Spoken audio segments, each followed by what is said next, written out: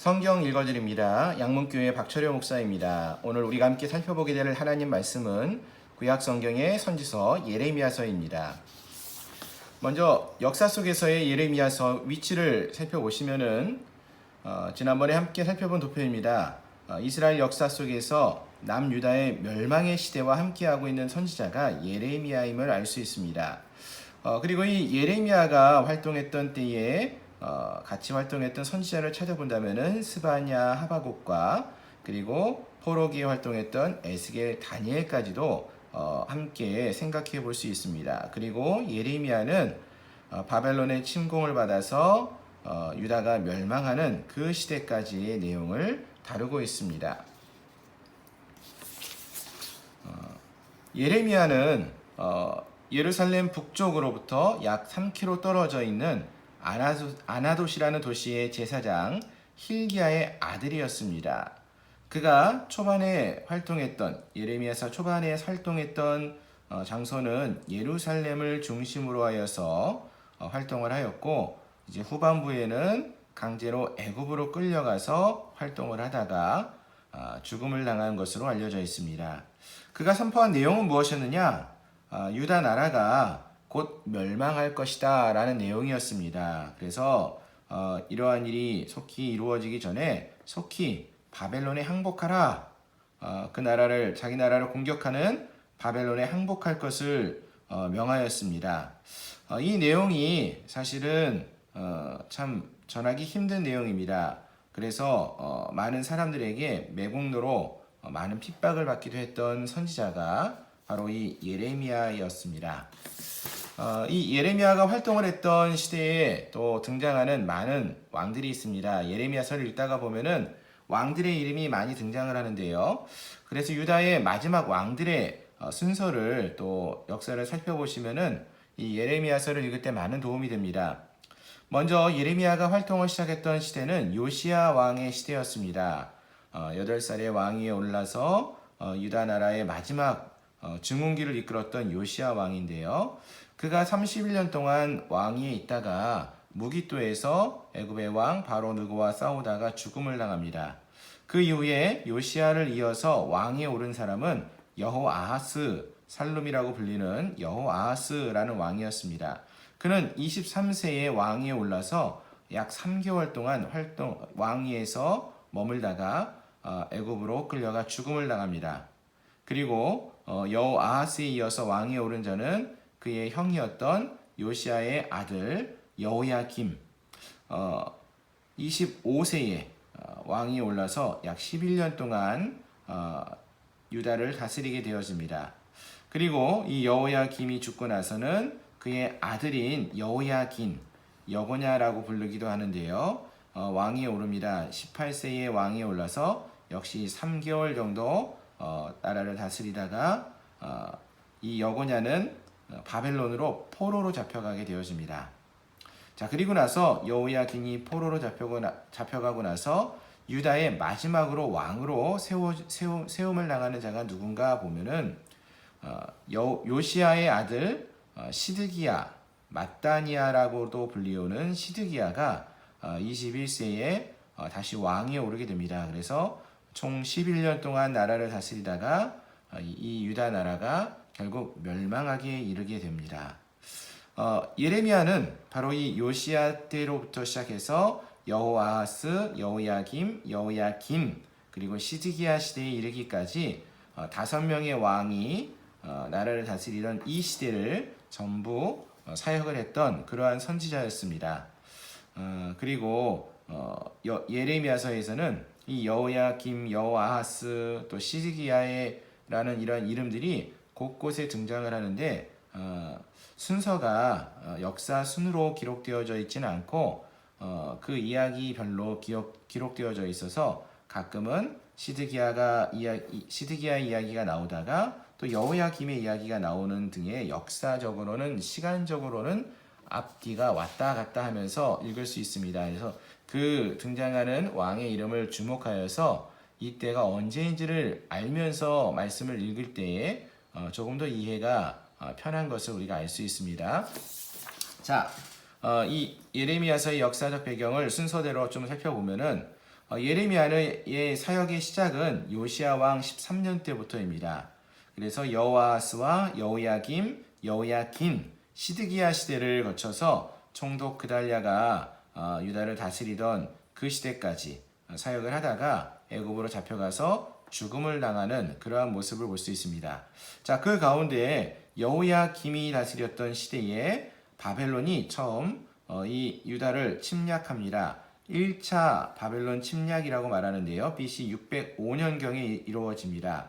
이때에 다니엘과 그의 친구들이 또 많은 유대인들, 귀족들이 바벨론으로 포로로 잡혀가게 됩니다. 그리고 여호야긴 시대 때에 다시 한번 바벨론의 두 번째 침략이 있습니다. BC 597년경에 이루어지는데요. 이때는 여호야긴과 더불어서 우리가 다음번에 살펴보게 될 에스겔 선지자도 바로 2차 침략 때 포로로 잡혀간 것으로 우리가 알 수 있습니다. 자, 그리고 마지막으로 시드기야 왕 시대 때 BC 586년에 바벨론의 세 번째 침략이 있었고, 이 침략으로 인하여서 예루살렘을 포함한 모든 유다의 나라가 멸망을 당하게 된 것입니다. 그리고 또 성전 역시 이때 무너지게 되어지는 것입니다. 예레미야는 바로 이 이스라엘 역사, 특별히 남유다 왕국의 역사 가운데 가장 마지막 시대에, 가장 처참한, 가장 고달픈 그러한 시대에 하나님의 말씀을 증거하였던 그러한 선지자였다라는 것입니다. 예레미야의 구조를 살펴보겠습니다. 예레미야의 구조는 1장부터 52장까지의 내용을 살펴볼 수 있는데, 사실은 지난 시간에 살펴봤던 이사야가 66장으로 가장 많은 장을 기록한 선지자로 알려져 있지만, 그 절수를, 그러니까 장의 분량을 생각해 본다면은 52장밖에 안 되어지지만 그 절수까지 포함해서 봤을 때는 예레미야가 가장 긴 책을 남겼다라고 볼 수 있습니다. 흔히 대선지자와 소선지자를 나누는 기준은 그 사람이 뭐 키가 크다, 뭐 작다, 그 사람이 어떤 중요성에 따라서 나누는 것이 아니라 그 사람이 남긴 선지서의 글의 내용이 분량이 얼마만큼이냐에 따라서 대선지자, 소선지자를 나누는데, 그런 면에서 예레미야는 가장 많은 기록을 남긴 선지자다라고 볼 수 있습니다. 그리고 이 예레미야서는 특별히 중간에 30장부터 33장에 유다의 구원에 대한 예언, 흔히 우리가 새 언약이라고 말하는 내용이 이곳에 기록되어져 있는데요. 이 내용을 중심으로 해서 멸망 이전, 그리고 멸망과 멸망 이후에 관한 내용을 다루고 있다라고 나눠 볼 수 있습니다. 그래서 30장과 33장에서는 구원에 대한 예언이 있고요. 그리고 1장부터 29장까지에서는 유다와 예루살렘의 멸망에 대한 예언, 그리고 그 이후에는 실제로 예루살렘이 멸망하는 것과 열방에 대한 심판에 관한 메시지가 앞뒤로 나뉘어져 선포되어지고 있고, 가운데 하나님께서 새 언약을 주시며 이들을 다시 구원해 주시겠다라는 약속의 말씀이 기록되어져 있음을 보게 됩니다. 자, 좀 더 구체적으로 보시면은 1장은 예레미야의 소명입니다.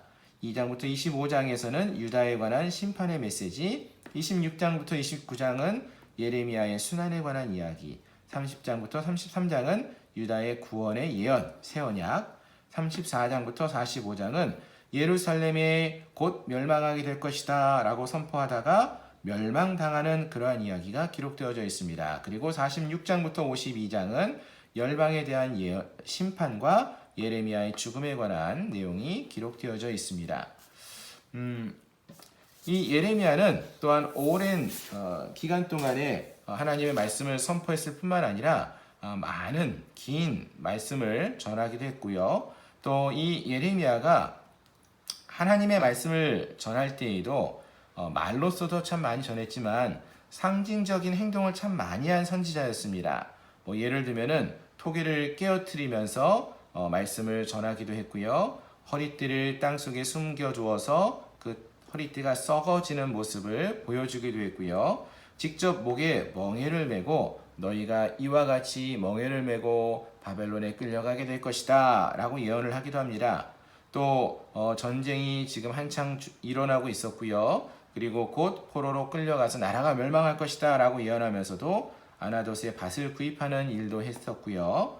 또 결혼을 금지당하는 그러한 명령을 받기도 했습니다.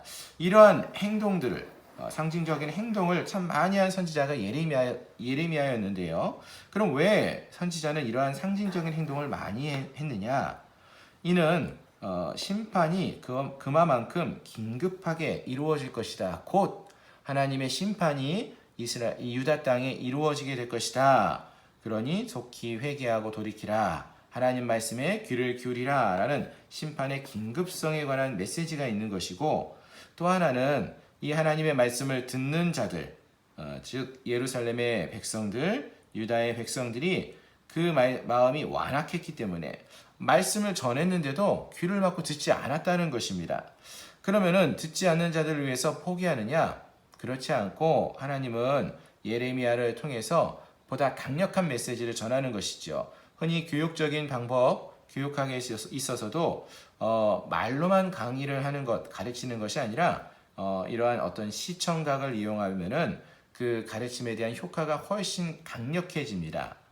그렇게 말을 하는데요. 그와 같이 하나님은 이 예루살렘의 백성들이, 유다 백성들이 이러한 예레미야가 행하는 놀라운 이상한 상징적인 행동을 보면서 왜 이 선지자가 이런 일을 행하는 것이지? 라고 주의 깊게 보게 하시고, 또 그 본 행동을 보면서 하나님의 말씀을 들을 수 있도록 하기 위해서 보다 강력한 상징적인 행동을 통하여서 하나님의 말씀을 선포하게 했다라는 것입니다. 자, 이 예레미야가 그럼 어떠한 메시지를 주로 전하였느냐? 중요한 주제들이 있는데 그 중에 하나는 70년이라는 주제가 있습니다. 이 말은 바벨론 왕과 그의 나라와 갈디아인의 땅으로 이 이스라엘 백성들이, 또 남유다의 백성들이 이제 포로로 잡혀가게 되는데, 포로로 잡혀가고 멸망하고 끝나는 것이 아니라 70년이 끝나면은 이들이 다시 돌아오게 될 것이다. 내가 너희를 돌보고 나의 선한 말을 너희에게 성취하여 너희를 이곳으로 돌아오게 하리라. 예레미야 29장 10절의 말씀인데요. 예레미야가 바로 이 70년 이후에 하나님이 다시 이들을 회복시켜 주실 것이다 라는 중요한 말씀을 예언하게 되어집니다.